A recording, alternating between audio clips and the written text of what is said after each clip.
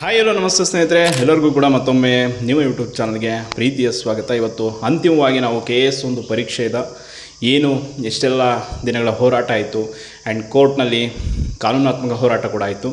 ಎಲ್ಲದಕ್ಕೂ ಕೂಡ ಇನ್ನೇನು ಇವತ್ತು ತೆರೆ ಬೀಳಲೇಬೇಕು, ಕಾರಣ ನಾಳೆ ಮುಖ್ಯ ಪರೀಕ್ಷೆಯ ಒಂದು ದಿನಾಂಕ ಇದೆ.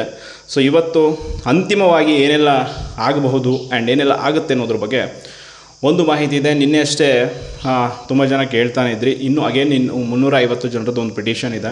ಸೊ ಅದರ ಜೊತೆ ಇನ್ನಷ್ಟು ಜನರು ಕೂಡ ಅಪ್ಲಿಕೇಶನ್ಗಳನ್ನು ಕೊಟ್ಟಿದ್ದಾರೆ. ಬಟ್ ಅದೆಲ್ಲವನ್ನು ಫೈಲ್ ಮಾಡೋದಕ್ಕೆ ಇರುವಂಥದ್ದು ಸಮಯ ತುಂಬ ಕಡಿಮೆ ಇರೋದ್ರಿಂದ ಈಗ ಇರುವಂಥ 350 ಮೆಂಬರ್ಸ್ ಏನು 28 ಡೇಟ್ಗೆ ಕೊಟ್ಟಿರುವಂಥದ್ದಿದೆ.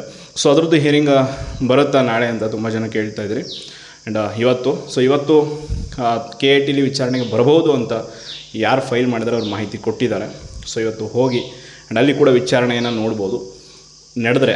ಹಾಗೆ ಇನ್ನೊಂದು ಕಡೆ ಸುಪ್ರೀಂ ಕೋರ್ಟ್ಗೂ ಕೂಡ ಅಪ್ರೋಚ್ ಮಾಡುವಂಥದ್ದು, ಮೇಲ್ಮನವಿಯನ್ನು ಹಾಕುವಂಥದ್ದು ಕೂಡ ಈ ವಿಷಯದಲ್ಲಿ ಇವತ್ತು ನಡೆಯುತ್ತೆ ಅನ್ನೋ ಒಂದು ಮಾಹಿತಿ ಇದೆ. ಹಾಗೆ ಅಕ್ಷರ ತಂಡದಿಂದ ಇವತ್ತು KPSCಯ ಒಂದು ಸದಸ್ಯರು ಮತ್ತು ಅಧ್ಯಕ್ಷರನ್ನು ಭೇಟಿಯಾಗುವಂಥದ್ದು ಒಂದು ಇವತ್ತು ನಿರ್ಧಾರ ಮಾಡಲಾಗಿದೆ. ಎಲ್ಲ ಒಂದು KS ಅಭ್ಯರ್ಥಿಗಳ ಜೊತೆಯಾಗಿ ಹೋಗ್ಬಿಟ್ಟು ಭೇಟಿಯಾಗಿ ಅವರಿಗೆ ಆಗಿರುವಂಥದ್ದು ವಿಚಾರವನ್ನು ಮನವರಿಕೆ ಮಾಡಿಕೊಡಬೇಕು ಆ್ಯಂಡ್ ಎಲ್ಲರಿಗೂ ಕೂಡ ಮುಖ್ಯ ಪರೀಕ್ಷೆಗೆ ಅವಕಾಶ ನೀಡಿ ಆ್ಯಂಡ್ ಅಗೇನ್ ಈ ಒಂದು ಮುಖ್ಯ ಪರೀಕ್ಷೆಯ ದಿನಾಂಕವನ್ನು ಮುಂದೂಡಿ ಅಂತೇಳಿ ರಿಕ್ವೆಸ್ಟನ್ನು ಮಾಡೋದಕ್ಕೆ ಹೋಗ್ತಾ ಇದ್ದಾರೆ. ಆ್ಯಂಡ್ ಇದೊಂದು ಪಾಸಿಟಿವ್ ಏನಪ್ಪ ಅಂತಂದರೆ, ರಿಕ್ವೆಸ್ಟ್ ಮಾಡಿದರೆ ಅವ್ರು ಕೊಡದೆ ಹೋದರೂ ಕೂಡ ಜಸ್ಟ್ ಅವರೊಂದು ನಾವು ಕೊಟ್ಟಿರುವಂಥ ಮನವಿ ಪತ್ರಕ್ಕೆ ಸೀಲಾಗಿ ಕೊಡ್ತಾರೆ. ಆ್ಯಂಡ್ ಇದು ನಮಗೆ ಮುಂದಿನ ಕಾನೂನಾತ್ಮಕ ಹೋರಾಟಕ್ಕೆ ತುಂಬ ಪ್ರಮುಖವಾದಂಥ ಒಂದು ಅಂಶ ಆಗುತ್ತೆ.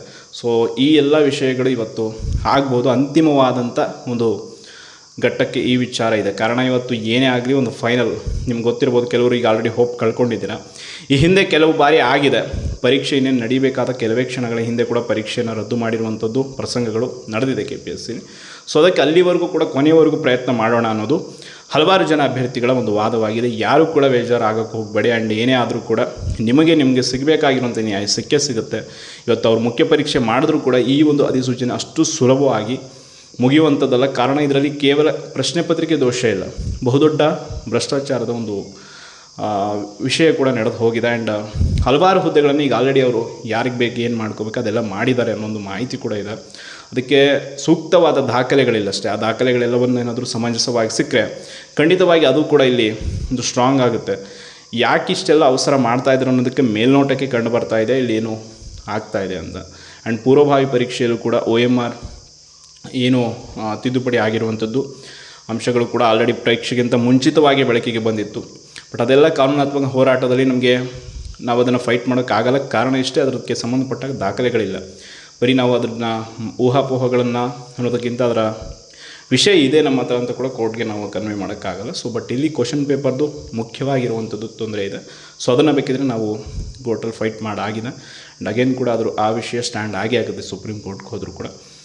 ಕೆಲವರಿಗೆ ಅನ್ಬೋದು ಏನೋ ಒಂದು ಭರವಸೆ ಹುಟ್ಟಿಸ್ಬೇಡಿ ಅಂತ. ಭರವಸೆ ಅನ್ನೋದೇನಿಲ್ಲ, ಇಲ್ಲಿವರೆಗೂ ಫೈಟ್ ಮಾಡ್ಕೊಂಡು ಬಂದಿರೋದು ಕೂಡ ಅದೇ ಭರವಸೆ ಮೇಲೆ. ಆ್ಯಂಡ್ ಅಗೇನ್ ಇಲ್ಲಿಂದ ಮುಂದೆ ಹೋದರೂ ಕೂಡ ಅದು ಒಂದು ನಂಬಿಕೆ ಮೇಲೆ ಇರುತ್ತೆ ಹೊರತು ಸುಮ್ಮನೆ ಇಲ್ಲಿ ಯಾರಿಗೋ ತೊಂದರೆ ಆಗಿಲ್ಲ ಅಂತ ಹೇಳೋದಕ್ಕೂ ಕೂಡ ಕೆಲವರಿಗೆ ಯಾರಿಗೂ ಕೂಡ ಧೈರ್ಯ ಇಲ್ಲ. ತುಂಬ ಜನ ಹೇಳ್ತಿರ್ತಾರೆ, ಈಗ ಆಲ್ರೆಡಿ ನಾವು ಮುಖ್ಯ ಪರೀಕ್ಷೆ ಬರೀತಾ ಇದೀವಿ ಅಂತ, ನಿಮಗೆ ಪಾಸ್ ಹಾಕ್ತೀವಿ ನಾವು ಈ ಒಂದು ಅಧಿಸೂಚನೆಯಲ್ಲಿ ಪ್ರಾಮಾಣಿಕವಾಗಿ ಆಯ್ಕೆ ಆಗ್ತೀರಿ ಅಂತ ಎಷ್ಟು ಜನರಿಗೆ ನಂಬಿಕೆ ಇದೆ?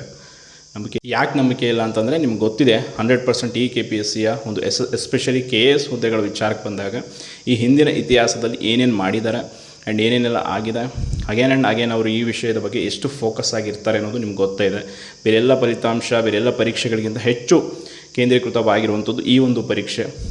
ಅದಕ್ಕೆ ನಾವು ಕೂಡ ಈ ವಿಷಯದ ಬಗ್ಗೆ ಹೆಚ್ಚು ತಲೆ ಕೆಡಿಸ್ಕೊಳ್ತಾ ಇರೋದು.